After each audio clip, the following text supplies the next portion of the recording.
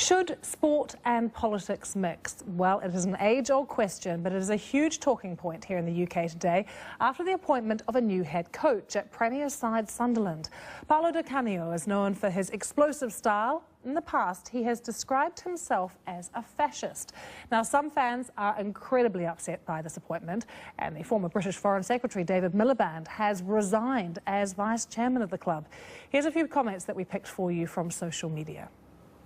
Phil here in the UK tweets, "Why all the fuss about Di Canio's political views now? He's already been a football manager in England for the past 2 years."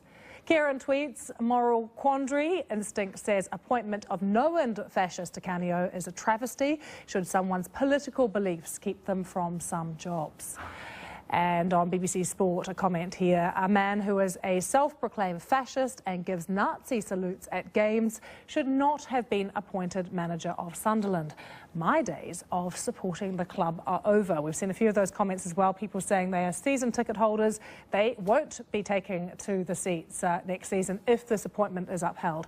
Well, let's talk to some of our resident football experts, Peter Okwache, who is sports presenter for Focus on Africa, and Fidela Simba, who is a producer from BBC Africa. Gentlemen, thanks for being with me. Peter, is Sunderland a big side in Africa? Not really. I mean, in the past year or so, people have taken more of an interest in the club because they're sponsored by a group known as Invest in Africa. So they're the only team in the Premier League that comes out wearing shirts saying Invest in Africa. This is a company that tries to get companies from other parts of the world to bring some of their money onto the continent. So since then, I mean, they don't have many black players. I think they've got probably like 4 African players in the squad. Only one of them is a regular, Stéphane Sessegnon from Benin. So I wouldn't say they're the biggest club or anywhere near that in Africa. But what's been the general reaction to this? Do people in Africa even care? Well, I think people in Africa are just, getting to grips with what's happening, his appointment.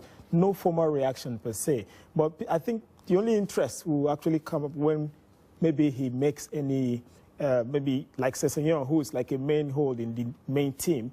If he maybe drops him from the team, people might start to read in between the lines and like, look, he's just coming, and because of his background, he doesn't like black players. He's dropping, one of the top African players in his team.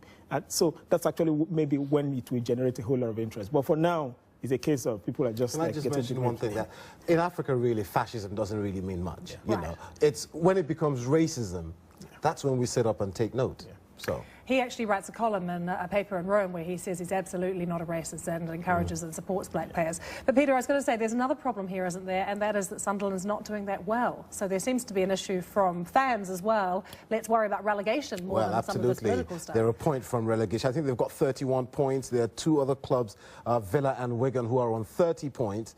And if those 2 win and Sunderland loses their next game, and they've got tough games to come. They've got Chelsea, Everton, if I'm not wrong, and I think Newcastle to play as well.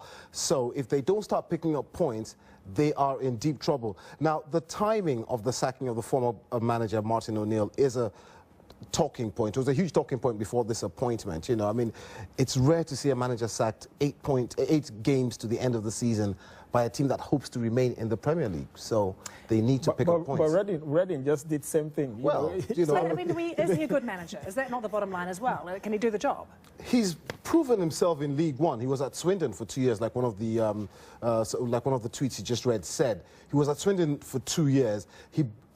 Swindon might just get promoted to the Championship, and it's all down to what he's done. He's not proven it in the Premier League. We'll have to wait and see. He's a very, very passionate coach, manager. So I've heard a couple of discussions today. That is what everyone focuses on. He can motivate the troops. He's got a lot of passion, but we'll all be watching to wait and see. Thanks very much for joining us.